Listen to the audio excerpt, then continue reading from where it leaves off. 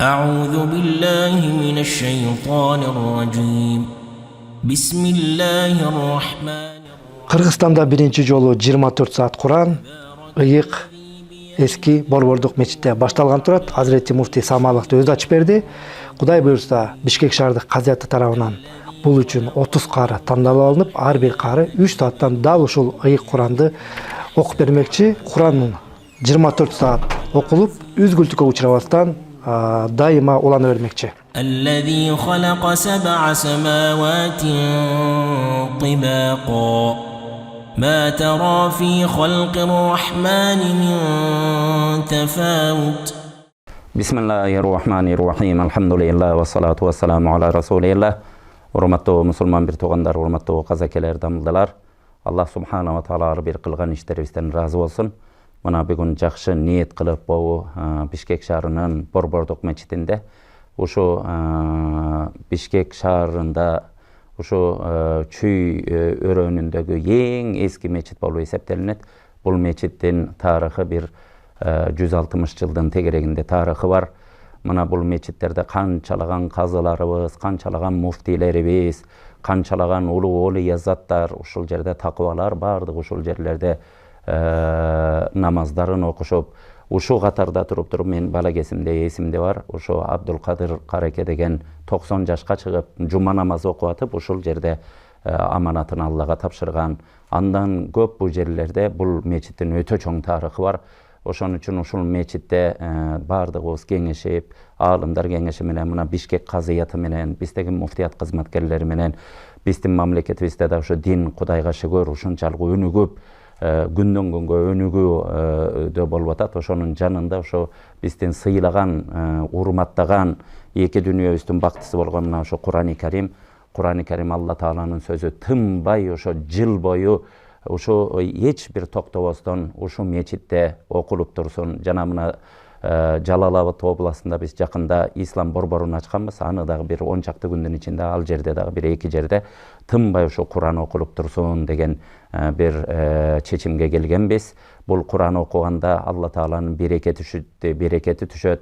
Пайгамбарыбыз саллаллаху алейхи вассалам бир коом, бир Алланын үйүнөн бир үйлөргө чогулуп туруп Куран окуп, Курандын ичиндеги Алла Тааланын буйруктарын өз ара бөлүшкөн болсо, ошол жерге Алла Тааланын тынччылыгы түшөт. Ошол жерде периштелер ороп алат. Алла Тааланын мээрими ошол жерге жаап турат. Алла Таала ошол жердегилерди өзү зикир кылат деген пайгамбарыбыздын хадиси бар. Ошол хадиске таянып, бул Куран деген улуу нерсе, Алла Таала менен башка жандыктын кандай айырмасы, кандай өзгөчөлүгү болгон болсо, Алла Тааланын сөзү болгон Куран менен дүйнөдөгү миллиондогон, миллиарддаган, триллиондогон адамдардын сөзүнүн айырмасы так ошо Алла Таала менен жандыктын айырмасы кандай болгон болсо так ошончо болот. Ошон үчүн дайыма бир Куран окуганга бардыгыбыз аракетибизди кылалы. Бул өтө чоң саамалык болуп эсептелинет. Пайгамбарыбыз саллаллаху алейхи ва саллям Иqra'ul Qur'an fa innahu ya'ti yawmal qiyamati shafi'an li ashabi. Силер Куран окугула, анткени кыямат күнү ахиретте өзүнүн окуган ээлерине Куран шафаатчы болуп келет деген. Урматтуу бир туугандар, Курани Каримден Алла Тааланын сөзүн кимибиз окуп, ким амал кылып жүргөн болсо, бул дүйнөдө дагы шафааты бар, ахиретте дагы шафааты бар. Имам Шуба ислам тарыхында Куранга кызмат өмүрүн, ушу денесин, акылын Курандын кызматына өткөргөн адамдар, өткөн кыраат аалымдары. Ошонун ичинде Имам Шуба рахимахуллаху алейхи ушундай карып калган учурларында адамдарга 10 кырааттан ижаза берип отуруп, ошо карыган учурларында бир кезде дарысын токтоткон экен. Ошентип төшөккө жатып калган учурларында жанында карындашы келип ыйлап, "О, абаке, сиз Курандын устасысыз, ушинтип жатып алсаңыз ким дарс берет?" дегенде, мен ошо картайганда эс тутумдарым начарлап, ошо Курандарды туура эмес бир нерсе кылып ижаза берип албайын деп ыйлаган экен. Ошондо ыйлап атканда, абаке, эмне үчүн дүйнөдөн ошо дүйнөгө карап ыйлап атасыңбы дегенде, дүйнөгө карап ыйлаган жокмун. Бирок ушул нерсеге ыйлап атам. Алла Таала мага Куранга кызмат үчүн жаратыптыр. Өмүр бою кызмат кылдым. Ушу дене мүчөмдүн бардыгы Алла Таалага кызмат кылды. ушул буручту көрсөтүп, ошо отурган бөлмөсүнүн буручун көрсөтүп айткан экен. Мен ушул буручта отуруп Куранды 18 000 жолу катым кылдым деген экен. Урматтуу бир туугандар, бул жерлерде бардыгыбыз ушул нерсеге көңүл буралы. Дүйнөдө эң көп окулган китеп кайсы десем, буну мусулманың да, мусулман эмесиң дагы таң бере турган нерсе ушу Курани Каримден көп окулган китеп жок дүйнөдө. Бир Куранды жаттайм деген киши 1000 жолу кайталабаса Куран анын денесине сиңбейт. Ошон үчүн дүйнөдө канчалаган карылар бар, миллиондогон карылар.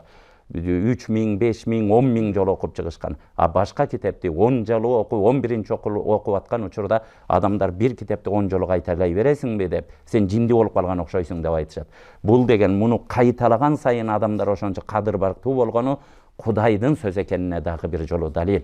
Эми күнүбүздө Шейх Аббас деген Египет мамлекетинде биздин азыр атактуу карыларыбыздын устазы, мына Абдулла деген карыбыз бар, жаш бала. Ошонун колунда ижаза алып, дүйнөлүк конкурстарды жеңген бала. Мына Орто Азияда эң устаз болгон Алижан Кареке, ошонун Шейх Аббастын колунда 10 жылдап окуп, ушу Курандын ижазаларын алып келген кишилер.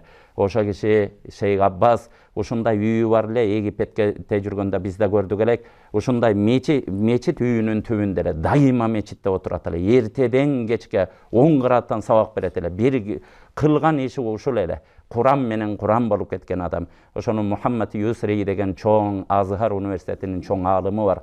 Ошо киши менин да устазым эле. Ушу боору катуу ооруйт эле. Сени Европага алып барып дарылатайын, ушундай медицина күчтүү мамлекеттерде айтсам эч макул болбоду. Бир күн ушундай Курандан дарс берип отуруп өзүнөн жоготту. Скорый помощь менен, ошо тез жардам менен больницага алып бардык. Больницага жаткан кезинде ушинтип жанында телмирип отурсам бир кезде колун кармады дагы. Эй, Мухаммад Юсри, азыр мен шахадат келтиремин. Мен Алланы ашхаду алла илаха иллаллах ва ашхаду анна Мухаммадар Расулуллах деген улуу сөздү айтамын. Ошону айтып бүткөндөн кийин өз каалаганыңарды кыла бергиле деп айтты дейт. Бир кезде карасам шахадат келтирди. Ошентип туруп гаргарасы келип туруп жаны чыгып кетти. Кийин ойлосом дейт, ошо шахадат келтир деп жанына периштелер келген сыяктуу дейт. Ошону бизге айтып, өз каалаганымдай бул дүнүйөдөн өлөмүн деген сыяктуу бул дүнүйө менен коштошуп кетти дейт. Урматтуу бир туугандар, бардыгыбыз Куранга кызмат кылалы. Бул бир жерде окулсун деген жерге бизде иншалла жакшы ниет кылалы. Ушу Курандын урматы менен бул жыл сайын кылымдар, Кудайым жакшы ниет кылалы. Кылымдар ушул жерде Курандар тынымсыз окулуп турсун. Бир гана ушул жерде 30 чакты карыбызды азыр очередке койдук. Ар бир карыбыз 3 сааттан Куран окуйт. Намаз убакыттарында гана туруп намазын окуп, кайра келип туруп улантат. Ошентип түнү бою дагы, ошентип туруп жыл санап, ошо айланып эч бир минут токтолбостон ушул кезде Куран башынан аяк окулуп турулат. Азыр биз орточо эсеп менен эсептегенде бир суткада бир жолу Куран Кудайым буйрса бир жолу катым болунат. Куран катым болгон жерлерге периштелер амин дейт. Алла Тааланын ушу дуа кабыл болушка ушу Курани Каримдер себеп болгон нерсе. Ошон үчүн бир туугандарыбыз бардыгыбыз жакшы ниет кылалы. Ушу Курандарга көңүлүбүздү коелу. Мына ушул жерде дин Бишкек казыятынын кызматкерлерине, мына Абибилла Дамылда бизде канчалаган адамдар ушуну аяйлап аракеттенип отурушуп, ушундай жерде ачышты. Кудайым буйрса бул онлайн бардык жерден көрсөтө турганда кылабыз. Муну бир аздан кийин 30 карыбызды азыр тизип койдук. Кудайым буйрса күнүнө очерети келген сайын 3 сааттан уш жерде туруп, ким кажерге келип токтосо ош жерден улантып Курани Каримди окуп турат. Куран бар жерде ушу нерсени ниет кылалы. Куран менен эң биринчи эл жерибизде тынчтык болсун. Ибрахим пайгамбар дагы Хажар энебизди өзүнүн байбичесин, өзүнүн ымырка эмчектеги Исмаил деген баласы төрөлгөн кезде Алла Тааладан буйрук болуп, ошо Меккеге алып барып ташта деп, азыр биздин ыйык жерибиз ал кезде Бакка деп аталган. Ошол жерге алып барып ташта дегенде, ошол жерде курт кумурска дагы жашабаган, ушундай эч бир жашоо мүмкүн болбогон жерге азыркы биз чуркап аткан Сафа Марва тоосун алып барып, ошо Сафага таштаган кезде бери чыгып туруп, Рабби жаал хадал балада амина ва жунубни ва бания ан набудал аснам. О Аллахым, ушул мамлекетке, ушул өрөнгө тынччылык берген, мени жана менден таркаган урук тукумду Алладан башка нерсеге сыйынып кеткенден сактагын деп дуа кылган. Урматтуу бир туугандар, эң биринчи Курандын урматы менен жерге бизде тынччылык, ынтымак болсун. Тынччылык бар жерде токчулук да бар, тынччылык бар жерде ибадат бар, тынччылык бар жерде бардык береке болот. Андан кийин бардыгыбызга ынтымак, элибиз ушул жерде Курандын урматы менен бардыгыбыздын рызкыбызга береке берсин, элибизге ынтымак берсин, жерге бизде токчулук, молчулук болсун, мусулманчылык, жүрөгүбүздө ыйманыбызды Алла Таалам өзү кабыл кылган болсун, эки дүйнөнүн бактысын берсин. Бардыгыңыздарга чоң рахмат. Урматтуу кыргызстандык мусулман бир туугандар, бардыгыбызга бүгүнкү майрам күн демекчибиз. Бардыгыбыз жакшы ниетибизди кылып, ушул жакшы тилектерге биз дагы кошулуп амин деп туралы. Бардык үйдө жакшылык болсун, бардык үйдө ушул ыйык Куран окулуп турсун, бардык үйдө ыйык Курандын нуру жаап турсун. Алла Тааланын берекесин Кудай Таалам өзү ар бир үйгө ыргалап турсун. Вассаламу алейкум ва рахматуллахи ва баракату. Allah razı olsun. Hürmetli Hazret. Mana özünüzge çoğun rahmat. Oşol Kur'an'dı sıyın, Kur'an'ın hürmatın dengelini bilgen katары. Özünüz qarı, murattap, жылыға mına hatımlarda ötüp yaşlığınızdan oşol Kur'an menen siz özünüzdagın bugünkü gündögi uşul Orta Aziyada özünüz baş bolup mana buyruğunuzun negizinde sebepçi bolduk biz. Sizge çoğun rahmat. Allah Taala eki dünyanızda avat kılgan bolsun. Mına dinimizde özünüz aytkanday önügüler bolup bir top mına ol inşallah bu bir ele janagı bizdin meçtiyiz emes, bütkül mamleket, bütkül alamga Allah Taala'nın nuru düşüp turgan nersege çoğun bir sebepçi olup kaldınız. Sizge çoğun rahmat. Bundan arqı yaşoğunuzda da Huday Taala bir gana oşol kadamınızda hidayatın üstünde bekem kıla vergen olsun. Allah'ım hidayat versin. Rahmat sizge. Çoğun rahmat inşallah. A'udhu billahi mineşşeytanirracim. Bismillahirrahmanirrahim.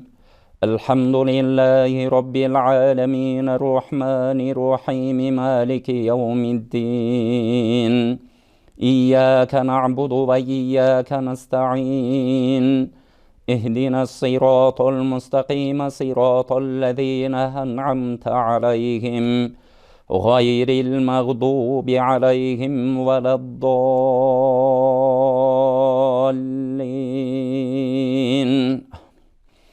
بسم الله الرحمن الرحيم ألف لام ميم ذلك الكتاب لا ريب فيه هدى للمتقين الذين يؤمنون بالغيب ويقيمون الصلاة ومما رزقناهم ينفقون والذين يؤمنون بما أنزل إليك وما أنزل من قبلك وبالآخرة هم يوقنون أولئك على هدى من ربهم وأولئك هم المفلحون إن الذين كفروا سواء عليهم أأنذرتهم أم لم تنذرهم لا يؤمنون ختم الله على قلوبهم وعلى سمعهم وعلى أبصارهم غشاوة ولهم عذاب عظيم ومن الناس من يقول آمنا بالله وباليوم الآخر وما هم بمؤمنين يخادعون الله والذين آمنوا وما يخدعون إلا أنفسهم وما يشعرون في قلوبهم مرض فزادهم الله مرضا ولهم عذاب أليم بما كانوا يكذبون وإذا قيل لهم لا تفسدوا في الأرض قالوا إنما نحن مصلحون ألا إنهم هم المفسدون ولكن لا يشعرون وإذا قيل لهم آمنوا كما آمن الناس قالوا أنؤمن كما آمن السفهاء ألا إنهم هم السفهاء ولكن لا يعلمون وإذا لقوا الذين آمنوا قالوا آمنا وإذا خلوا إلى شياطينهم قالوا إنا معكم إنما نحن مستهزئون الله يستهزئ بهم ويمدهم في طغيانهم يعمهون أولئك الذين اشتروا الضلالة بالهدى فما ربحت تجارتهم وما كانوا مهتدين مثلهم كمثل الذي استوقد نارا فلما أضاءت ما حوله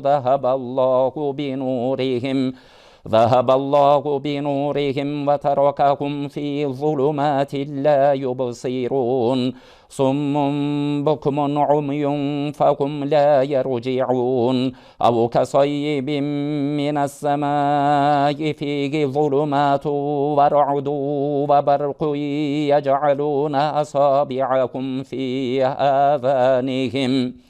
يجعلون أصابعهم في آذانهم من صواعق حذر الموت والله محيط بالكافرين يكاد البرق يخطف أبصارهم كلما أضاء لهم مشوا فيه وإذا أظلم عليهم قاموا ولو شاء الله لذهب بسمعهم وأبصارهم إن الله على كل شيء قدير يا أيها الناس اعبدوا ربكم الذي خلقكم والذين من قبلكم لعلكم تتقون الذي جعل لكم الأرض فراشا والسماء بناء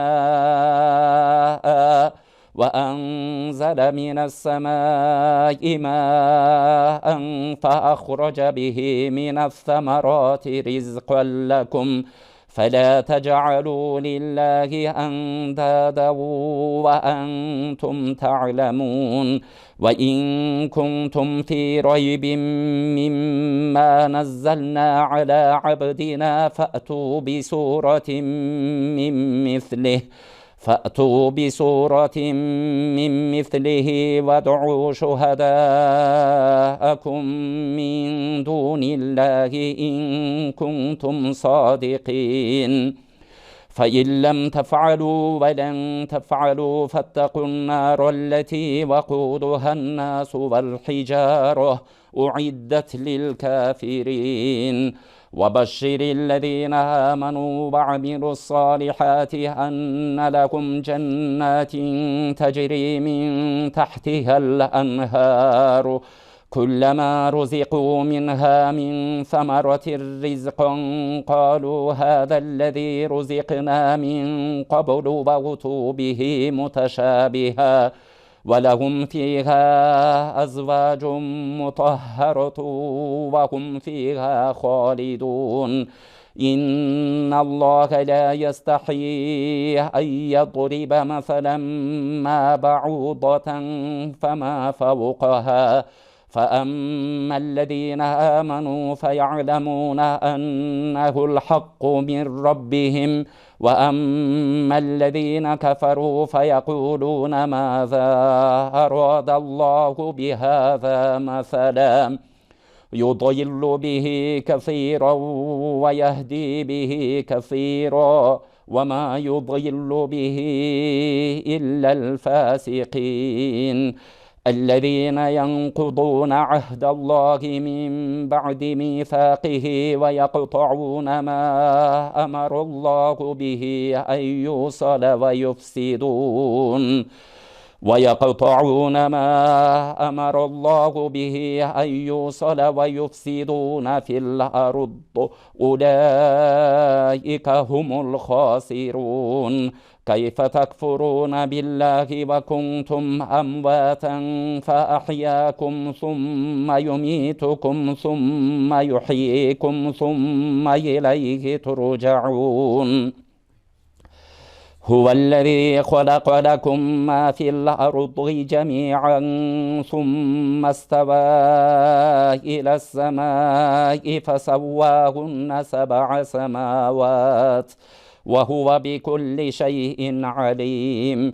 وإذ قال ربك للملائكة إني جاعل في الأرض خليفة قالوا أتجعل فيها من يفسد فيها ويسفك الدماء ونحن نسبح بحمدك ونقدس لك قال إني أعلم ما لا تعلمون.